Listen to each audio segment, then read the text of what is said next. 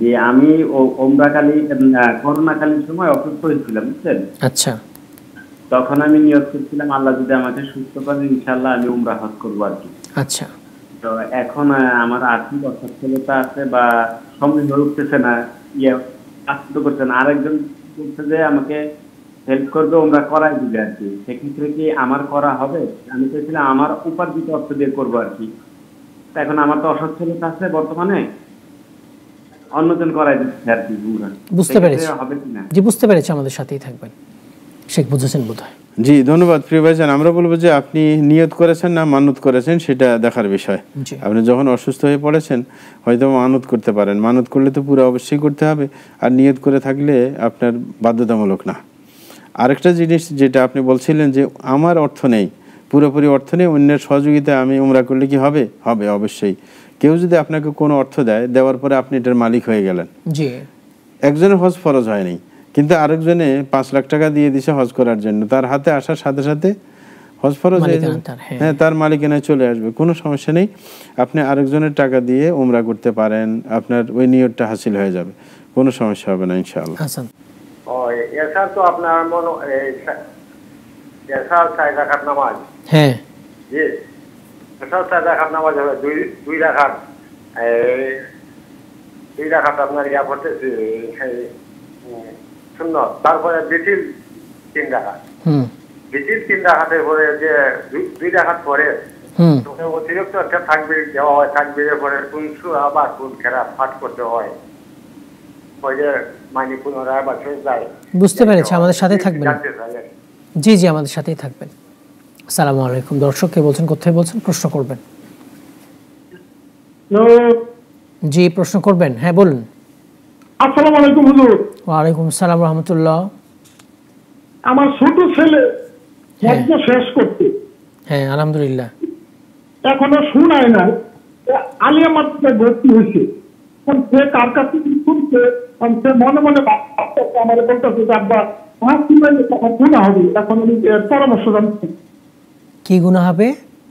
আরে শেষ অংশ কি ছিল? সমস্যা যে হেফজ এখনো শুনায়, সে ভাবতেছে যে না শুনাইলে গুনাহ হবে। বুঝতে পেরেছি, আলিয়া মাদ্রাসায় ভর্তি হয়েছে। বুঝতে পেরেছি, আমাদের সাথেই থাকবেন। জি আসসালামু আলাইকুম। দর্শক কে বলছেন, কোথায় বলছেন, প্রশ্ন করবেন? প্রশ্ন করবেন। চাঁদপুর মতলব উত্তর থেকে। জি ভাই বলুন। আমার প্রশ্ন হলো যে এই ওহাবি আর সুন্নি এটা কেন বলে? জি পার্থক্যটা আমি একটু জানতে চাই। আমাদের সাথেই থাকবেন, ইনশাআল্লাহ জবাব পেয়ে যাবেন। সেটা আমরা একটু সংক্ষিপ্ত প্রশ্নের জবাবগুলো দিব।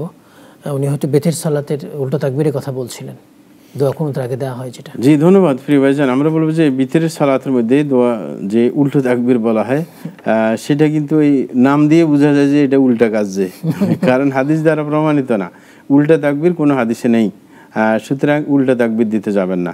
আপনি যদি চান রুকুর আগে কুনুত পড়তে, তাইলে সরাসরি আপনি হাত উঠিয়ে কুনুত পড়া শুরু করবেন। আর যদি আপনার রুকুর পরে পড়েন তাহলে একই অবস্থায় রুকু থেকে উঠে হাত উঁচা করে আপনি তাকবীর দিতে হবে না। ভিন্ন কোনো তাকবীর নাই, যেটাকে উল্টা তাকবীর বলা হয়। কোরআন মাজিদ না শোনালে কোনো গুনাহ হবে কিনা হাফেজ? ধন্যবাদ। আরেক ভাইয়ের প্রশ্ন ছিল যে কোরআন মাজিদ শুনায়নি তার ছেলে, এখন কেউ বলেছেন যে না শুনাইলে গুনাহ হবে। আমরা বলবো যে এই ক্ষেত্রে যে আপনার ছেলে যখন এত কষ্ট করে কোরআন মুখস্থ করেছে, কোরআন যদি না শোনায় কোরআন কিন্তু মনে থাকবে না, ভুলে যাবে। হ্যাঁ ভুলে যাবে। এই কারণে যিনি বলেছেন কোরআন শোনানোর জন্য তিনি সত্যিকারই বলেছেন, কারণ কোরআন না শুনাইলে কোরআন আপনার আত্মস্থ করা সম্ভব হবে না। এই কারণে আপনি শুনানোর ব্যবস্থা করেন, যখন হাফেজ বানিয়েছেন কোরআন শুনানোর ব্যবস্থা করেন দ্রুত, কমপক্ষে 5 বার 8 বার, হ্যাঁ এরকম যদি শুনায় কেউ পাক্কা হাফেজ হয়ে যাবে ইনশাআল্লাহ। পরের প্রশ্ন যাব যে ওয়াহাবি সুন্নি একটু আমরা সংক্ষেপে বলে দিব। ধন্যবাদ প্রিয় ভাইরা। আমরা বলবো যে আমাদের দেশের পরিভাষা আর কি ওয়াহাবি সুন্নি। হ্যাঁ আসলে কোরআন সুন্নাহ যিনি মানেন তিনি একজন খাঁটি মুসলমান, এই সমস্ত মারপ্যাচে যাওয়ার কোনো দরকার নেই। কিন্তু তারপরেও যখন বলা হয়, আমরা বলবো যে এইগুলা পরিভাষাগুলো একটাও ঠিক নেই। সুন্নি বলা হয় এমন লোকদেরকে যারা সুন্নত মানে না, বিদাতি, মানে যারা সুন্নত মানে না তাদেরকে সুন্নি বলে, মানে নামটা উল্টা হয়ে গেল।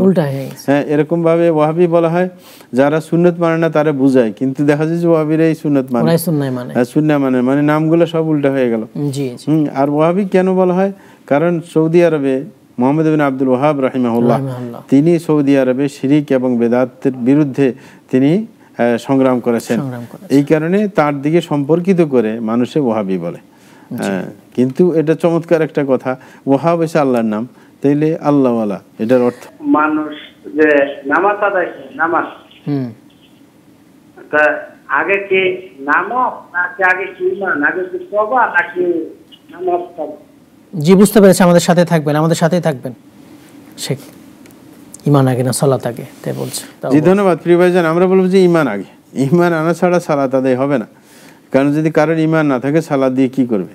এই কারণে সর্বপ্রথম রাসূল আকরাম সাল্লাল্লাহু আলাইহি ওয়াসাল্লাম যখন মুআয রাদিয়াল্লাহু তাআলা আনহুকে পাঠিয়েছেন ইয়ামানে, তখন তিনি বলছেন ফালিয়াকুন আউয়াল মা তাকুলু আন ইউহিদুল্লাহ, যে সর্বপ্রথম তোমার দাওয়াত হবে যে যেন তাওহীদ প্রতিষ্ঠা করার দাওয়াত, যে এক আল্লাহর ইবাদত চলবে, এটা অবশ্যই প্রতিষ্ঠিত করতে হবে। তারপরে সালাতের দাওয়াত দিবে। সুতরাং সর্বপ্রথম ইমান, তারপর হবে সালাত বা যে কোনো ইবাদত। জি।